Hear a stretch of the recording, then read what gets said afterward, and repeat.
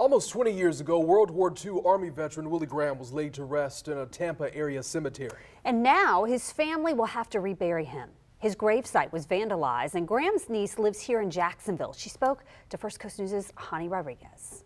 We cannot understand why someone would do this. Cheryl Brown says she was in the Tampa area visiting family for Mother's Day and was taking flowers to the cemetery when she saw a blue tarp over her Uncle Willie's grave. Casket had been broken into and that his clothing was strewn all over the ground. Brown says her uncle wasn't buried with any valuables, and at this point the family doesn't know why anyone would violate the sanctity of a gravesite. There are evil people in this world. According to a police report, a city parks and recreation employee noticed the blue tarp 3 days before the family was notified.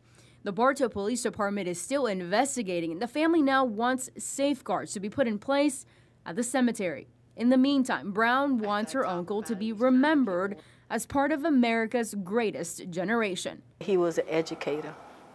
He was a military vet.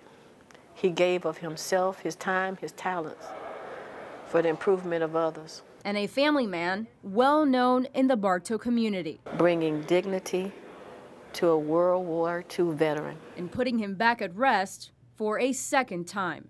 In Jacksonville, I'm Janny Rodriguez, First Coast News, on your side. Tough for that family. Yeah.